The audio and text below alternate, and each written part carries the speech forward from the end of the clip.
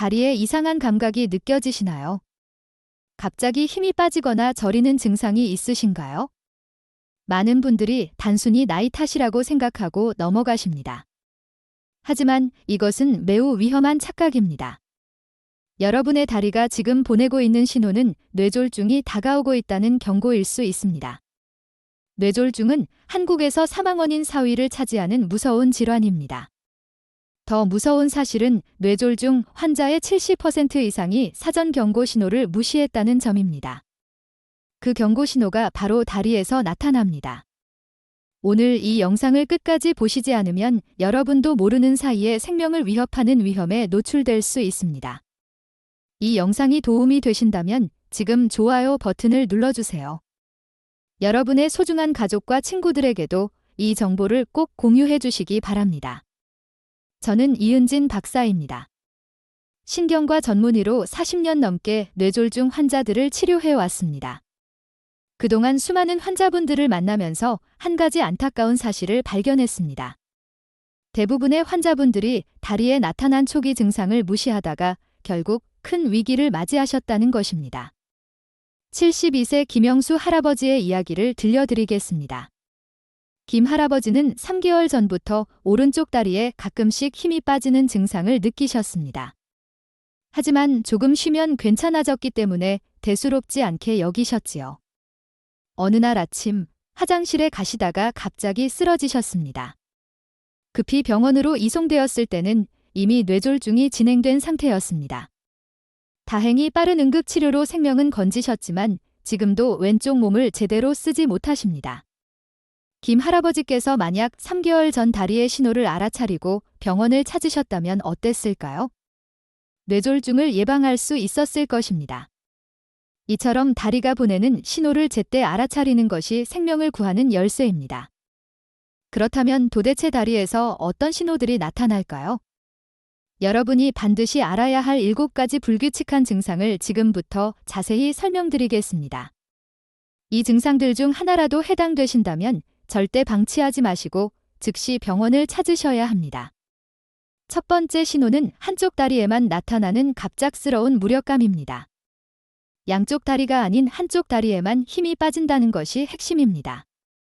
평소처럼 걷다가 갑자기 한쪽 다리가 휘청거리거나 계단을 오를 때 한쪽 다리만 힘들게 느껴진다면 이것은 뇌로 가는 혈류에 문제가 생기기 시작했다는 신호일 수 있습니다. 왜 한쪽 다리에만 증상이 나타날까요? 우리 뇌는 좌우가 교차해서 신체를 조절합니다. 뇌의 오른쪽이 왼쪽 다리를 담당하고 뇌의 왼쪽이 오른쪽 다리를 담당하는 것이지요. 따라서 뇌의 한쪽 혈관에 문제가 생기면 반대편 다리에 증상이 나타나게 됩니다. 이것은 매우 중요한 의학적 사실입니다. 68세 박순자 할머니께서는 장을 보러 가실 때마다 오른쪽 다리가 무거워지는 느낌을 받으셨습니다. 처음에는 그냥 피곤해서 그런가 보다 생각하셨지요.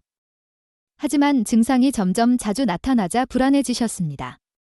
다행히 딸의 권유로 병원을 찾으셨고 검사 결과 뇌혈관이 좁아져 있다는 사실을 발견했습니다. 즉시 치료를 시작해서 큰 뇌졸중을 예방할 수 있었습니다. 두 번째 신호는 다리 저림과 감각 이상입니다. 많은 분들이 이 증상을 단순한 혈액순환 장애나 신경 눌림으로 착각하십니다. 물론 그럴 수도 있습니다. 하지만 60세 이후에 갑자기 시작된 다리 저림은 결코 가볍게 여겨서는 안 됩니다. 특히 주의해야 할 저림은 이런 것입니다. 자세를 바꿔도 좋아지지 않는 저림, 한쪽 다리에만 집중되는 저림, 발가락부터 시작해서 점점 위로 올라오는 저림입니다. 이러한 저림이 나타난다면 뇌로 가는 혈류가 원활하지 않다는 강력한 신호입니다. 최근 연구에 따르면 뇌졸중 환자의 45%가 발병 전 한 달 이내에 다리 저림을 경험했다고 합니다. 하지만 대부분 그냥 참고 지나갔다는 것이지요. 이것이 얼마나 안타까운 일인지 아시겠습니까? 세 번째 신호는 걸음걸이의 변화입니다. 가족들이 먼저 알아차리는 경우가 많습니다. 갑자기 절뚝거리게 되거나 한쪽으로 기울어지면서 걷거나 발을 끌면서 걷는 모습이 나타납니다. 본인은 잘 모를 수도 있지만 주변 사람들 눈에는 확연히 보입니다. 의사들은 설명합니다. 걸음걸이는 뇌의 운동 기능을 가장 직접적으로 보여주는 지표라고 말입니다. 평소와 다른 걸음걸이가 나타난다는 것은 뇌의 운동 중추에 문제가 생기기 시작했다는 의미입니다. 이것을 의학 용어로 편마비 보행이라고 부릅니다. 75세 최동수 할아버지는 매일 아침 공원을 산책하셨습니다. 어느 날부터 산책 친구들이 할아버지의 걸음걸이가 이상하다고 말씀하셨습니다. 본인은 전혀 느끼지 못했지만 친구들의 권유로 병원을 찾으셨고 뇌혈관 검사에서 이상 소견이 발견되었습니다. 친구들의 관심이 할아버지의 생명을 구한 것입니다. 네 번째 신호는 다리 근육의 경련과 떨림입니다. 밤에 자다가 갑자기 종아리가 심하게 당기거나 가만히 앉아 있는데도 다리가 저절로 떨리는 증상입니다. 많은 분들이 이것을 마그네슘 부족이나 근육 피로로만 생각하십니다. 물론 그럴 수도 있습니다. 하지만 과학적으로 밝혀진 바에 따르면 뇌혈류 감소는 근육으로 가는 신경 신호를 불안정하게 만듭니다. 그 결과 근육이 제멋대로 수축하고 이완하면서 경련과 떨림이 나타나는 것입니다. 특히 주의해야 할 것은 한쪽 다리에만 반복적으로 나타나는 경련입니다. 이것은 단순한 근육 문제가 아니라 신경계 이상의 신호일 가능성이 높습니다. 밤에 잠을 설칠 정도로 심한 경련이 자주 일어난다면 반드시 병원 검사를 받으셔야 합니다. 여기까지 4가지 신호를 말씀드렸습니다. 하지만 아직 안심하기에는 이릅니다. 이제부터 더욱 중요한 내용을 말씀드리겠습니다. 나머지 3가지 신호는 더욱 긴급한 상황을 나타내기 때문입니다. 5번째 신호는 다리 온도의 차이입니다. 한쪽 다리만 유난히 차갑게 느껴지거나 반대로 한쪽만 뜨겁게 느껴진다면 이것은 혈액순환에 심각한 문제가 생겼다는 뜻입니다. 직접 손으로 만져보시면 확실히 알 수 있습니다.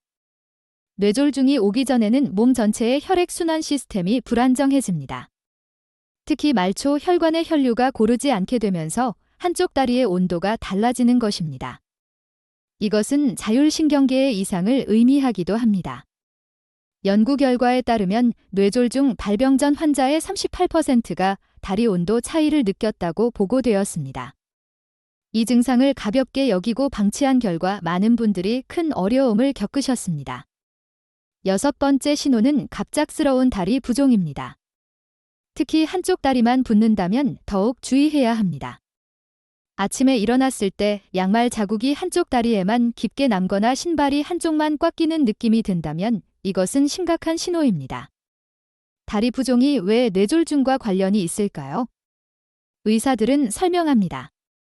뇌혈관에 문제가 생기면 자율신경계가 영향을 받아 체액 조절 기능이 떨어진다고 말입니다.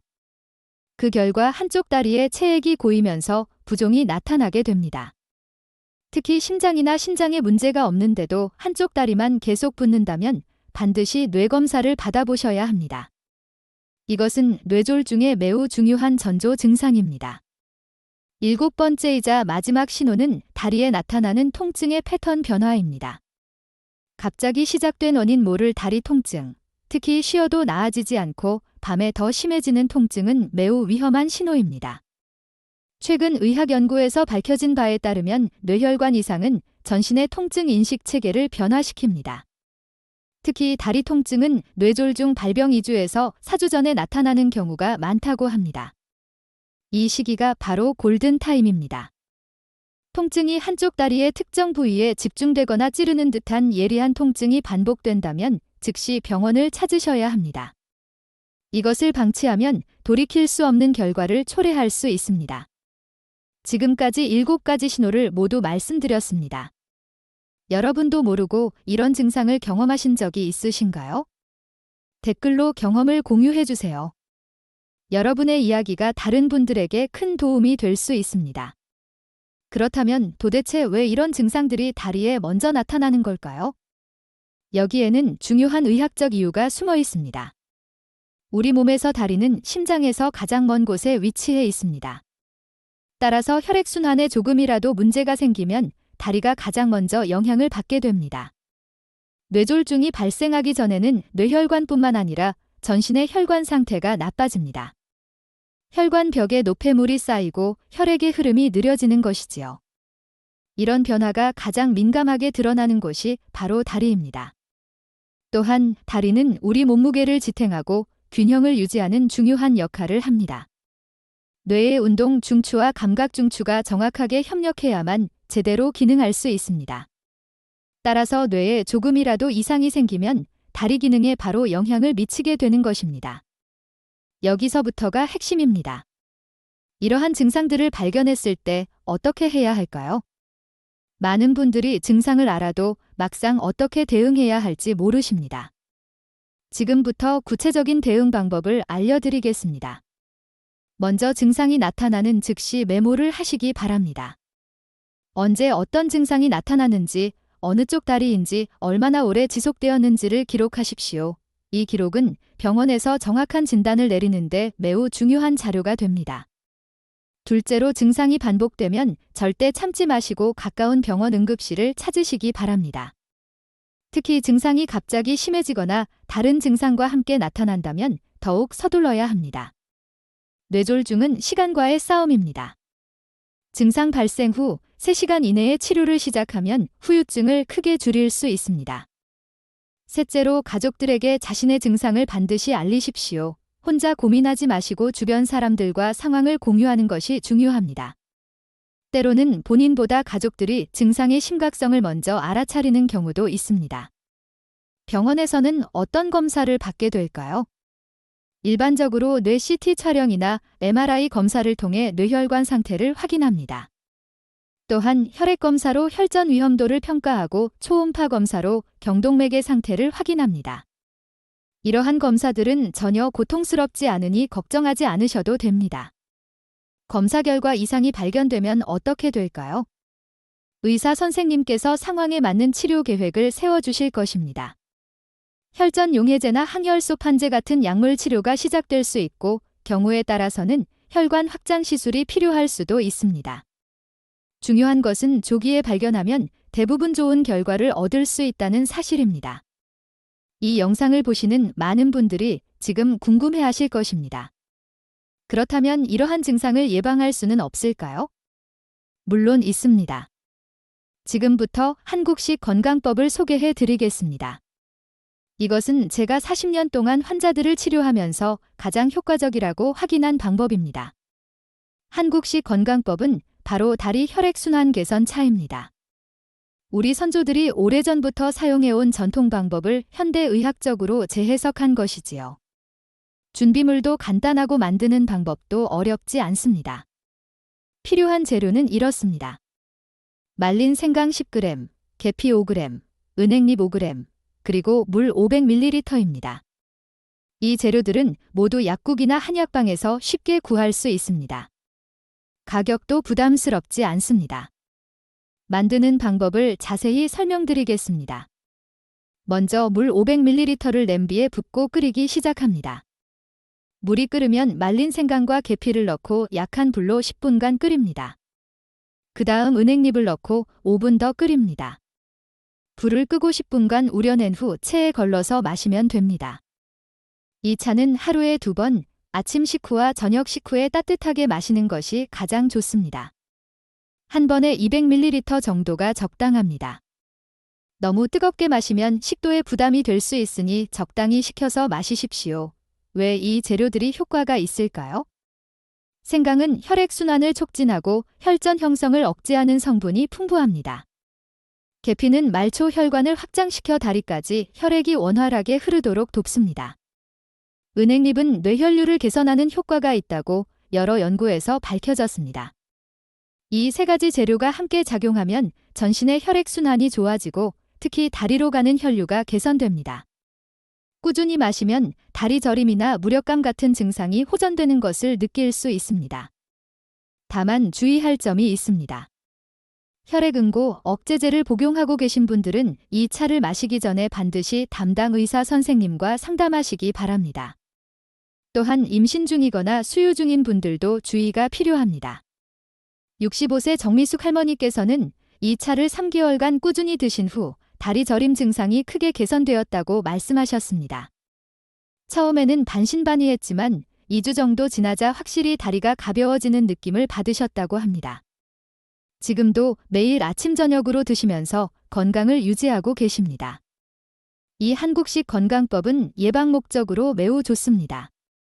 하지만 이미 심각한 증상이 있으시다면 이것만으로는 부족합니다. 반드시 병원 치료와 병행하셔야 한다는 점을 명심하시기 바랍니다. 여기까지 보신 여러분께 감사드립니다. 이 채널에서는 여러분의 건강을 위한 소중한 정보를 계속 제공하고 있습니다. 채널 멤버십에 가입하시면 더욱 자세한 건강 정보와 개인 맞춤 상담 자료를 받아보실 수 있습니다. 지금 가입 버튼을 눌러보세요. 그런데 여기서 끝이 아닙니다. 아직 더 중요한 이야기가 남아 있습니다. 지금까지는 증상과 대응 방법에 대해 말씀드렸습니다. 하지만 애초에 이런 증상이 생기지 않도록 하는 것이 가장 중요하지 않겠습니까? 지금부터는 뇌졸중 예방을 위한 생활 습관에 대해 말씀드리겠습니다. 첫 번째로 가장 중요한 것은 혈압 관리입니다. 고혈압은 뇌졸중의 가장 큰 위험 요인입니다. 60세 이후에는 매일 아침 같은 시간에 혈압을 재는 습관을 들이시기 바랍니다. 혈압계를 집에 하나 구비해 두시는 것이 좋습니다. 정상 혈압은 수축기 혈압 120 이하, 이완기 혈압 80 이하입니다. 만약 여러 번 측정했을 때 수축기 혈압이 140 이상이거나 이완기 혈압이 90 이상이라면 반드시 병원을 방문하셔야 합니다. 고혈압을 방치하면 뇌혈관이 손상되어 결국 뇌졸중으로 이어집니다. 두 번째는 식습관 개선입니다. 짠 음식을 줄이고 채소와 과일을 많이 드시는 것이 중요합니다. 특히 나트륨 섭취를 하루 2000mg 이하로 줄이시기 바랍니다. 김치나 찌개를 드실 때 국물은 적게 드시고 가능하면 싱겁게 조리하시는 것이 좋습니다. 연구 결과에 따르면 나트륨 섭취를 줄이면 혈압이 낮아지고 혈관 건강이 개선된다고 합니다. 또한 포화지방이 많은 음식도 피해야 합니다. 삼겹살이나 갈비 같은 기름진 고기보다는 생선이나 닭가슴살을 선택하시기 바랍니다. 세 번째는 규칙적인 운동입니다. 하루 30분 이상 가볍게 걷기만 해도 큰 도움이 됩니다. 걷기는 다리 근육을 강화하고 혈액순환을 촉진합니다. 또한 혈압과 혈당을 조절하는 효과도 있습니다. 다만 무리한 운동은 오히려 해가 될 수 있습니다. 갑자기 과격한 운동을 시작하지 마시고 자신의 체력에 맞게 천천히 시작하시기 바랍니다. 운동 전에는 반드시 준비 운동을 하시고 운동 후에는 충분히 휴식을 취하십시오. 네 번째는 금연과 절주입니다. 담배는 혈관을 손상시키는 가장 나쁜 습관입니다. 아직도 담배를 피우고 계신다면 오늘 당장 끊으시기 바랍니다. 몇십 년을 피웠다고 해도 지금 끊으면 효과가 있습니다. 금연 후 1년만 지나도 뇌졸중 위험이 크게 감소합니다. 술도 마찬가지입니다. 과도한 음주는 혈압을 높이고 혈관을 약하게 만듭니다. 하루 소주 반 잔 이상은 마시지 않는 것이 좋습니다. 가능하면 일주일에 2일 이상은 금주하시는 것을 권장합니다. 다섯 번째는 스트레스 관리입니다. 만성적인 스트레스는 혈압을 올리고 혈관을 수축시킵니다. 명상이나 취미 활동을 통해 마음의 안정을 찾으시기 바랍니다. 친구들과 자주 만나서 이야기를 나누는 것도 큰 도움이 됩니다. 외로움도 건강에 큰 영향을 미칩니다. 최근 연구에서는 사회적 고립이 뇌졸중 위험을 30% 이상 높인다는 결과가 나왔습니다. 가족들과 자주 연락하고 지역 사회 활동에 참여하시는 것이 좋습니다. 여섯 번째는 충분한 수면입니다. 하루 7시간에서 8시간 정도의 숙면이 필요합니다. 잠이 부족하면 혈압이 올라가고 스트레스 호르몬이 증가합니다. 규칙적인 수면 패턴을 유지하시기 바랍니다. 잠들기 전에는 스마트폰이나 텔레비전을 보지 않는 것이 좋습니다. 대신 따뜻한 물로 샤워를 하거나 가벼운 스트레칭을 하시면 숙면에 도움이 됩니다. 침실은 어둡고 조용하게 유지하시고 실내 온도는 18도에서 20도 정도가 적당합니다. 일곱 번째는 정기적인 건강 검진입니다. 최소한 1년에 한 번은 종합건강검진을 받으시기 바랍니다. 특히 혈압, 혈당, 콜레스테롤 수치를 확인하는 것이 중요합니다. 이 세 가지는 뇌졸중의 주요 위험 요인입니다. 검진 결과 이상이 있다면 즉시 치료를 시작하셔야 합니다. 초기에 발견하면 대부분 약물 치료만으로도 충분히 조절할 수 있습니다. 방치하면 나중에 더 큰 문제가 될 수 있으니 절대 미루지 마시기 바랍니다. 70세 이상제 할아버지는 매년 정기검진을 받으시면서 고혈압과 당뇨를 조기에 발견하셨습니다. 꾸준히 약을 복용하고 생활 습관을 개선하신 결과 지금까지 건강하게 지내고 계십니다. 할아버지께서 말씀하시길 정기검진이 자신의 생명을 구했다고 하십니다. 이 영상이 도움이 되셨다면 좋아요 버튼을 꼭 눌러주세요. 그리고 여러분의 가족과 친구들에게도 이 정보를 공유해 주시기 바랍니다. 한 사람의 생명이라도 더 구할 수 있다면 그것만큼 보람된 일은 없을 것입니다. 여기서 한 가지 더 중요한 사실을 말씀드리겠습니다. 뇌졸중은 갑자기 찾아오는 것처럼 보이지만 사실은 수년에 걸쳐 서서히 진행됩니다. 혈관이 조금씩 좁아지고 혈액의 흐름이 점점 나빠지는 것이지요. 따라서 지금 당장 증상이 없다고 해서 안심할 수는 없습니다. 오늘 말씀드린 7가지 신호는 혈관 건강이 위험 수준에 도달했다는 마지막 경고입니다. 이 경고를 무시하면 정말로 목숨이 위험합니다. 뇌졸중은 한국에서 매년 10만 명 이상의 새로운 환자가 발생하는 무서운 질환입니다. 더 무서운 것은 뇌졸중 생존자의 절반 이상이 심각한 후유증으로 고통받는다는 사실입니다. 반신마비, 언어장애, 인지기능 저하 같은 후유증은 본인은 물론 가족들의 삶도 완전히 바꿔놓습니다. 하지만 이 모든 것은 조기 발견과 예방으로 막을 수 있습니다. 뇌졸중 전문의로서 40년을 일하면서 가장 안타까웠던 순간들이 있습니다. 환자분들께서 병원에 오셔서 말씀하시는 것이지요. 사실 몇 달 전부터 증상이 있었는데 대수롭지 않게 여겼다고 말입니다. 만약 그때 병원을 찾으셨다면 지금과 같은 상황은 오지 않았을 것입니다. 여러분께 간곡히 부탁드립니다. 오늘 이 영상에서 말씀드린 7가지 신호 중 하나라도 느끼신다면 절대 방치하지 마십시오.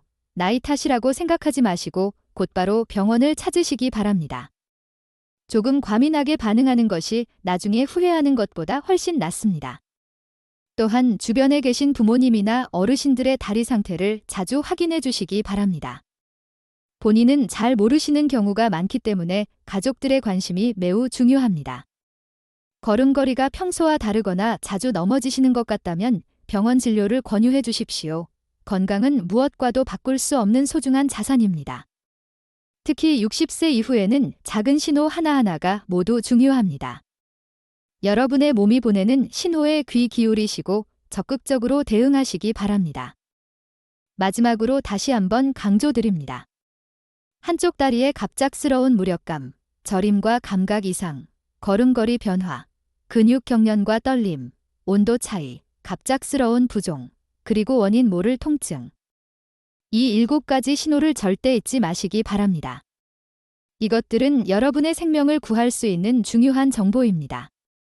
이 영상이 도움이 되셨다면 지금 화면에 보이는 다른 영상도 꼭 시청해 보세요. 구독자 여러분을 위해 특별히 준비한 내용입니다. 뇌 건강을 지키는 음식과 고혈압을 자연스럽게 낮추는 방법에 대해 자세히 설명해 드리고 있습니다. 여러분 모두 건강하시고 행복한 노후를 보내시기를 진심으로 기원합니다. 다음 영상에서 또 만나 뵙겠습니다. 감사합니다.